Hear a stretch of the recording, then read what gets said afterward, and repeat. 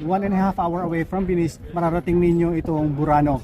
Dito naman ay isa rin itong mini Venice, pero dito kung gusto nyo makakita ng sobrang kukulay na bahay, dito kayo magpunta.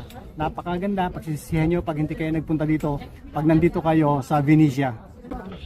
12 years ago, nung unang magpunta kami dito sa Burano, dito sa Venezia, ay hindi pa ganito karami ang tao, hindi pa masyadong popular ito.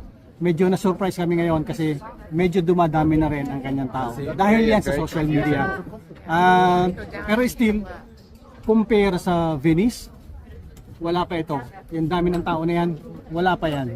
So mas prefer ko pa rin itong Murano at saka itong Burano kasi mas kakonti ang tourist, kakonti ang mga tao, hindi masyadong crowded.